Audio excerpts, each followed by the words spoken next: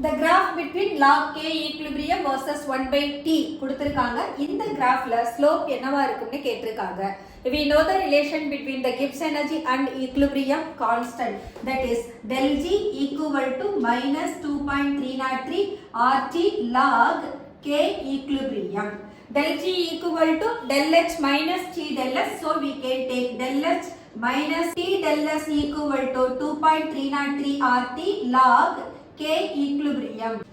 We will get minus del H by 2.303 or 1 by T. Minus into minus plus ஆகும், T cancel ஆயிடும், so del S divided by 2.303 R equal to log equilibrium constant.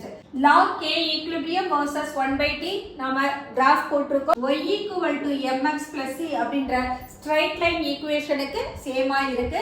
அப்ப mன்றது தான் நமக்கு slope. So the slope is minus del h by 2.303 r. உங்களுக்கு இந்த video பிடிச்சிருந்தா like பண்ணுங்க, share பண்ணுங்க, கமெண்ட் பண்ணுங்க, சப்ஸ்கிரைப் பண்ணுங்க. Thank you.